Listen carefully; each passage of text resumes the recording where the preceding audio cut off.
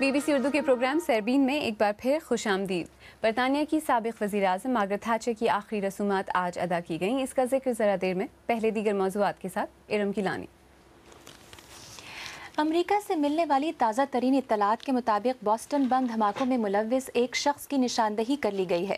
حکام کا کہنا ہے کہ آج کسی وقت ایک پریس کانفرنس میں اس بارے میں اعلان کیا جائے گا۔ اس سے قبل امریکی خفیہ ادارے نے کہا تھا کہ ان کے ہاتھ صدر اوباما کے نام لکھا گیا ایک ایسا خط لگا ہے جس میں مہلک مواد موجود تھا۔ تفصیل مہوش حسین سے۔ بوسٹن میں ہونے والے بم دھماکوں میں ہلاک اور زخمی ہونے والوں کے لیے دعائیہ تقریب منعقد کی گئی۔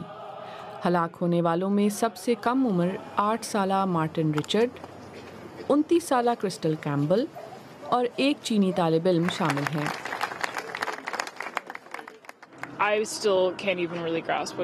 مجھے ابھی تک یقین نہیں آیا کہ یہ واقعہ یہاں پیش آیا ہے اور ہم ایک کمیونٹی کے طور پر اس کا سامنا کر رہے ہیں۔ بہت عجیب محسوس ہو رہا ہے۔ آج کام پر جاتے ہوئے بہت عجیب لگ رہا تھا۔ بہت زیادہ اداسی محسوس ہو رہی ہے۔ ابھی تک ان حملوں کی کسی نے ذمہ داری قبول نہیں کی ہے۔ تفتیش کاروں کا ماننا ہے کہ اس حملے میں ممکنہ طور پر پریشر کوکر، کیلوں اور بال بیرنگ کا استعمال کیا گیا تھا۔ اس فوٹوگرافر نے سوچا تھا کہ وہ ایک کھیل کی تصاویر کھینچنے یہاں آئے ہیں، لیکن ان کے کیمرے میں کچھ ایسی تصاویر ہیں جو وہ کبھی بھلا نہیں پائیں گے۔ وہ مناظر بار بار میری آنکھوں کے سامنے آتے ہیں اور مجھے زخمی لوگ اور اعضاء نظر آتے ہیں۔ میں ان تصاویر کو اپنے ذہن سے نکال نہیں سکتا۔ بوسٹن کے شہری اس مخمصے میں ہیں کہ آخر کسی نے اس دوڑ کو کیوں نشانہ بنایا۔ میراتھن میں شامل کئی افراد جو ریس ختم نہیں کر پائے تھے، ان کا کہنا ہے کہ وہ اگلے سال ریس میں حصہ لینے کے لیے دوبارہ بوسٹن آئیں گے۔ صدر اوباما جمعرات کو بوسٹن میں ایک دعائیہ تقریب میں شرکت کریں گے۔ حملے کے مقام پر تفتیش جاری ہے اور سیکیورٹی اہلکار اس حملے کے ذمہ دار افراد کا سراغ لگانے کی کوشش کر رہے ہیں۔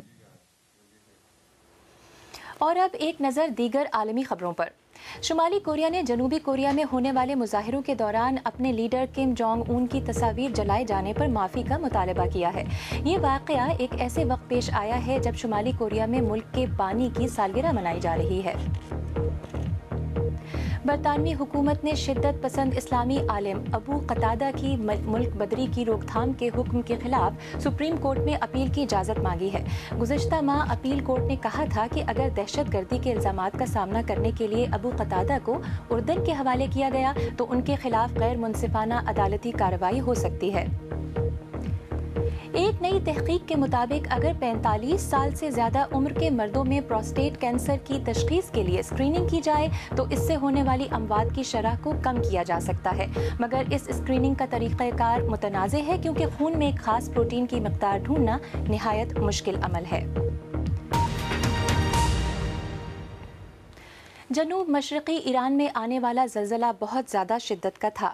ایرانی ٹی وی کے مطابق ایک شخص کی موت ہوئی ہے، لیکن پاکستان میں اس زلزلے کے نقصانات اور اثرات کہیں زیادہ محسوس کیے گئے ہیں۔ تفصیلات کے ساتھ خالد کرامت۔ پاکستانی حکام نے ایران کی سرحد پر آنے والے زلزلے میں متاثرہ لوگوں کی فوری امداد کے لیے فوجی دستے اور ہیلی کاپٹر بھیجے ہیں۔ کیونکہ زلزلے کا مرکز سرحد پار ایران میں تھا، مگر بظاہر زیادہ جانی اور مالی نقصان پاکستان کے علاقوں میں ہوا ہے۔